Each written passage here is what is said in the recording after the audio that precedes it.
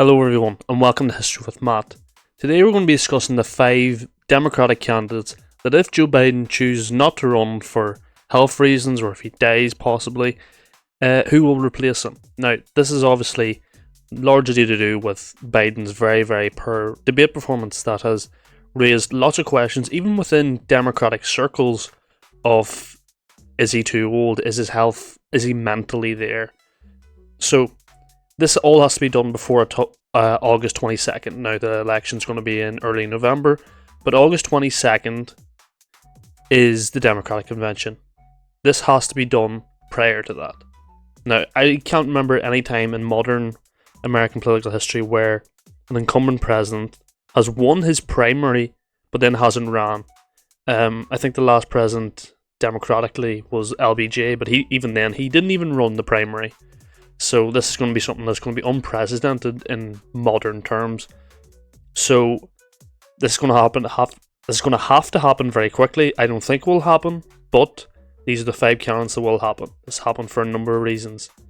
If you look at the polling averages, you can see the difference has rose since the debate. You can see a gradual Biden decline near across the board in every single state. This isn't good. If the election was held today, Trump's winning this race. Trump is winning this race. Debate performances up 1 nationally, 2 in Wisconsin, 2 in Pennsylvania, 2 in Nevada, 1 in Georgia. If we look at the moment, Biden is neck and neck with Kamala Harris in the betting odds to be the president. Gavin Newsom's here, Hillary Clinton's here, Michelle Obama's here.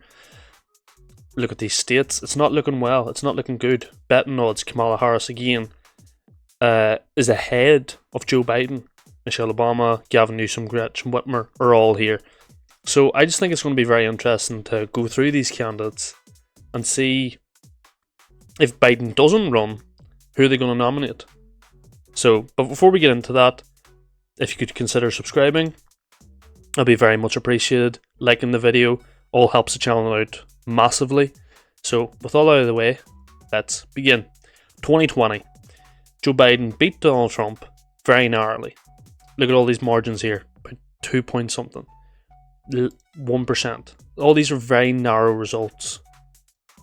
So, that's brought up. Now, Joe Biden is the only person to actually have beat Donald Trump in an election, so that's made Democrats pretty hesitant.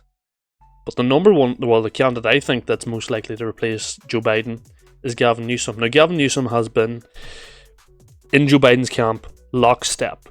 He has debated Ron DeSantis. He has campaigned for him all across the country. Most recently, he has been in Michigan and Pennsylvania. Basically trying to calm the chaos, showing a united Democratic front. But he's the most likely candidate to win. Or he's the most likely potential candidate, I should say. Some pros, I guess, is he's the governor of California, although he won by a lot narrower of a margin than he probably should have, given the nature of California and how democratic it is. He probably should have done better, but you have to wonder geography. California, safe Democratic seat, safe Democratic in the column. You know, is it going to benefit you anywhere geographically? Not really. It also brings up, you know, if you place an old white guy with a young white guy, who it kind of looks a wee bit shady. And definitely considering Biden has a lot of black support, even now, this would come off a wee bit bad. Especially considering his VP pick is a black woman. That would not sit well. So that's probably why he won't be there. In second is obviously Kamala Harris. Kamala Harris probably is the most likely, you know, if considering, you know, race, ethnicity, the nature of the office she holds, she is the likely successor. But instead of, you know, Gavin Newsom's, which is all you're ousting a black woman, hers is just, she is even more unpopular than Joe Biden. You know, she was in charge of the border crisis. Now, Biden did give her a bad hand there by giving her that. She hasn't really defined herself, and she wasn't really that appealing in the in any of the VP debates. Even in the Democratic debate in 2020, she only got like 4% of the vote. She didn't make any inroads. She didn't break the ceiling in any way. She was actually gifted the vice presidency, in my opinion. She didn't really deserve it. She didn't do anything that out of the ordinary, but because of her racial and sex, that's probably why she got in. And that's fair enough to say. Joe Biden did say if he was the nominee, he would pick a black woman for president. But so that's another reason. That's another candidate. Third, probably the best. This is the best you can get. Is Gretchen Whittmer. Gretchen Whittmer, remember, governor of Michigan. Michigan in this kind of blue wall state. Democrats need to win this to win the presidency. She won her election very, very, very comfortably by over 10 points. Incredibly comfortably, especially for a swing state like Michigan. If she's on the ballot, Michigan's in the Democratic column. She's a woman, she's relatively popular, she's in a swing state, she hits all the boxes. Now, she has said she won't run, even if Biden steps aside. I don't believe that. She has to say that because you have to show support for the president, for your own party. But she's in her second term, she's only 2 more years left. I think it's very much likely. Now, Biden has been hit with mass amounts of panic from Democrats, just scrambling to put them together. Now, fourth candidate, I should say, is Andy Beshear. Now, this one might come out of a wee bit of the woodwork. Andy Beshear is governor of Kentucky, a safe Republican seat or state, and he's the governor of it. That would, he's moderate, or he has moderate optics. He's relatively youthful. He's 46, especially considering Joe Biden's 81. He's a bit more of a maverick within the party. He has ability to not be stifled with that liberal label. He can appeal to moderates. I would say a very, very, very strong candidate. But again, winning a state like Kentucky by 5 points is very, very impressive. But the most likely candidate to replace Joe Biden is Joe Biden himself.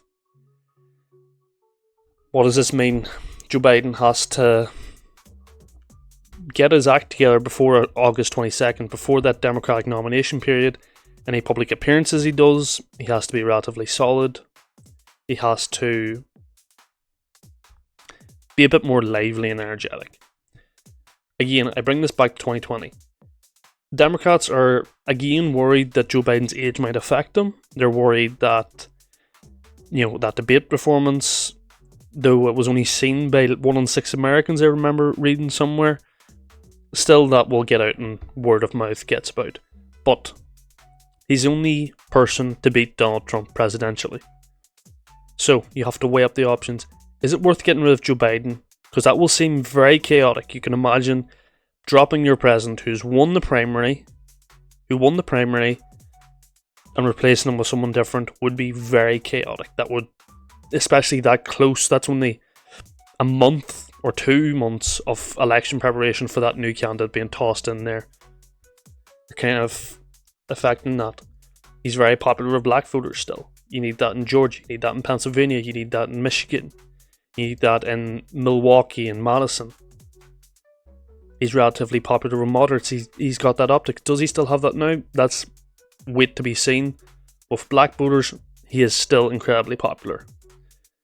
So, those are the 5 candidates. Now there's other candidates. People have said Chuck Schumer, Josh Shapiro. He's only in his first term as governor of Pennsylvania. I don't believe that's very much likely.